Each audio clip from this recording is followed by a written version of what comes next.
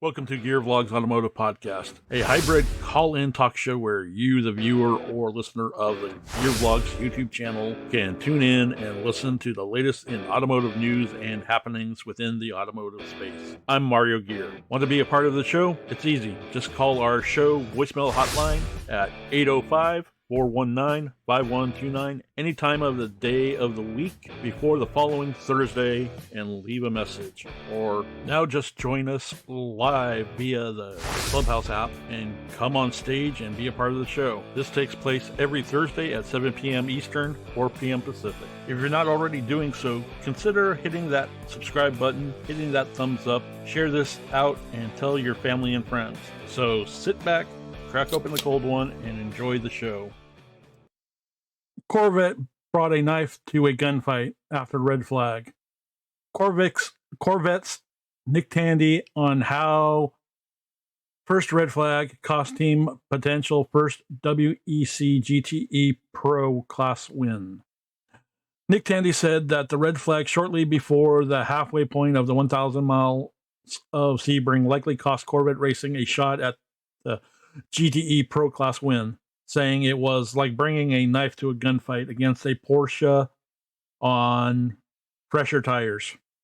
Tandy and Tommy Milner finished the shortened FIA World Endurance Championship race at Sebring International Raceway, second place in class, behind race winners Kevin Estree and Michael Christensen in the number 92 Porsche 911 RSR 19.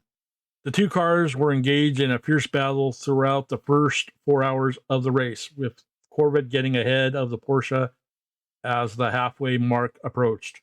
It was at that point that the race was red flagged when Jose Maria Lopez had his big crash in the number 7 Toyota GRO 110 or 10 hybrid. The stoppage erased the lead from that Milner and Tandy had managed to build over the Porsches. Once the race restarted, Estree was on far fresher rubber than Milner, who had been double stinting his Michelin tires. It left the Corvette effectively defenseless against the Porsche, with Estree retaking the class lead not long after the race got back underway. The first red flag really compromised everything we were doing because we were effectively trying to build a margin by not taking tires and gaining time in the pits, Tandy explained. The Porsche were always taking tires and we were trying to double stint them. We had this 20-second or so gap, so not only did the red flag erase the 20-second gap, but then we were in the back end of a double stint on left side tires. I think the number 92 had just taken 4 tires, so it was like bringing a knife to a gunfight. It's kind of bittersweet. It's disappointing because I think if it had run green for the whole race, we would have been somewhere fighting the number 92, but we are also lucky that we managed to get position 2. That's a decent start to the season. The podium finish marked the Chevrolet Corvette C8R's best finish in the WEC outside of the 24 hours of Le Mans. Quote, we're happy with how the weekend's gone. We had a chance to fight, which is all you want, Tandy said. Then you got to get to execute the perfect race. We were kind of really stretching fuel to a 30-lap stint, and they seemed to do 30 to 32 laps. So there's a bit of a difference here, which then affects the strategy later on in the race. But past that, pretty good, pretty happy. Porsche Corvette double stint, a brave move. The decision for Corvette to double stint its tires in the race surprised Alexander Steilig, Porsche's director of factory motorsports for WEC, who labeled it as a brave move. To be honest, they got us by surprise at the beginning that they did a complete double, Steilig said. That's a brave move.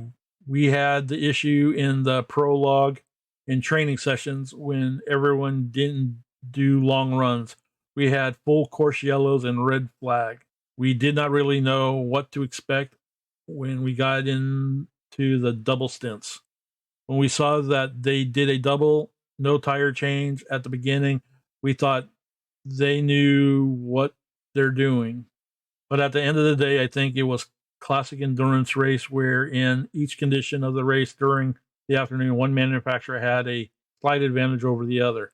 It was an entertaining race between us. At the end of the day, they were saving tires. For sure, they got beaten by that, but because the race was shortcut due to red flags and full course yellows, that's the risk.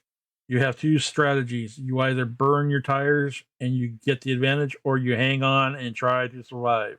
Quote, do you save and save and save and attack at the end? Both strategies can be heavily affected by yellow or red flags.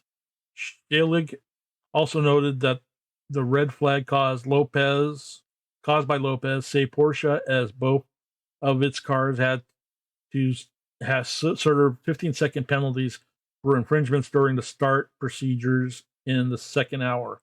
It helped us because we screwed up the formation lap. He explained both drivers did not do what they were told from the race director. We had a 15-second time penalty on our account. I would say the red flag was not against us. So there you have it. Comment down below what you think. Are you pro Porsche or pro Corvette? Here are some videos YouTube thinks you might like. The next segment clip will be up shortly. Be sure to hit that subscribe, like, comment, and share buttons for this episode. Thanks for hanging out, and I'll see you soon.